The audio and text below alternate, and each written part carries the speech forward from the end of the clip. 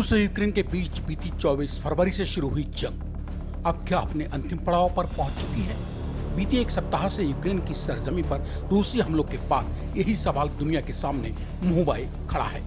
ऐसे में अब आज बात उस चेतावनी की भी जरूरी है जो हिंदुस्तानी हुकूमत ने दी है अपने ही उन बाशिंदों को जो इस वक्त फंसे हुए हैं यूक्रेन में।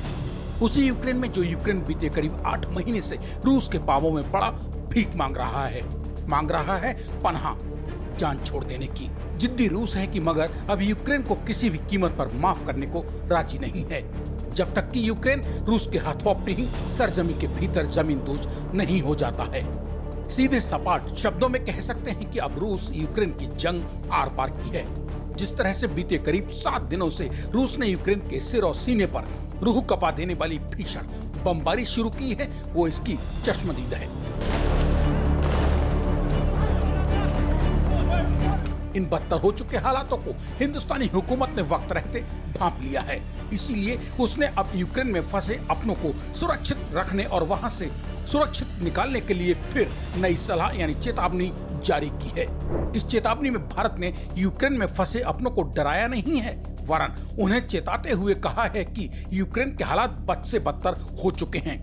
जबरदस्त रूसी हमलों में रोजाना अनगिनत लोगों की जान जा रही है।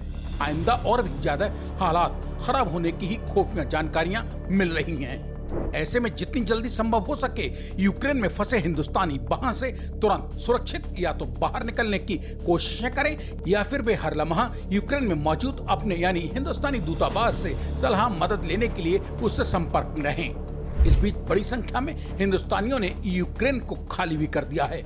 अपनों को दी गई हिंदुस्तानी हुकूमत की चेतावनी कहिए या फिर हिदायत को अगर गंभीरता से देखा जाए तो इससे तो यही सवाल जन्म लेता है कि क्या अब रूस के हाथों बर्बाद होने में यूक्रेन के जिंदगी के चंद गिने चुने दिन और रात ही बाकी बचे हैं।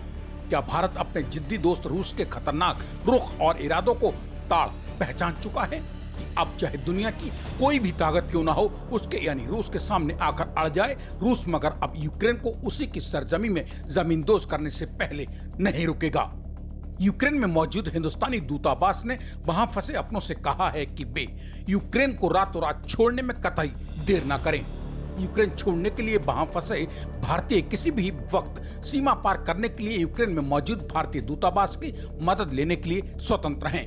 यहाँ बताना जरूरी समझता हूँ कि रूस और यूक्रेन के बीच जब 24 फरवरी सन 2022 को जंग शुरू हुई थी तो कर्नाटक के मूल निवासी एक छात्र की गोली लगने से मृत्यु हो गई थी। वो घटना तब यूक्रेन के मशहूर शहर खार्किव में घटी थी। हालांकि तब यूक्रेन ने उस घटना का ठीकरा रूस और उसकी मिलिट्री के सिर फोड़ दिया था, यह कहते हुए कि भारतीय छात्र की मौत उनकी यानी रूसी मिलिट्री की गोली से हुई थी। वहीं रूस ने यूक्रेन के उन कथित आरोपों को तब सिरे से खारिज कर दिया था। टीवी 9 डिजिटल चैनल के लिए संजीव चौहान की खास रिपोर्ट।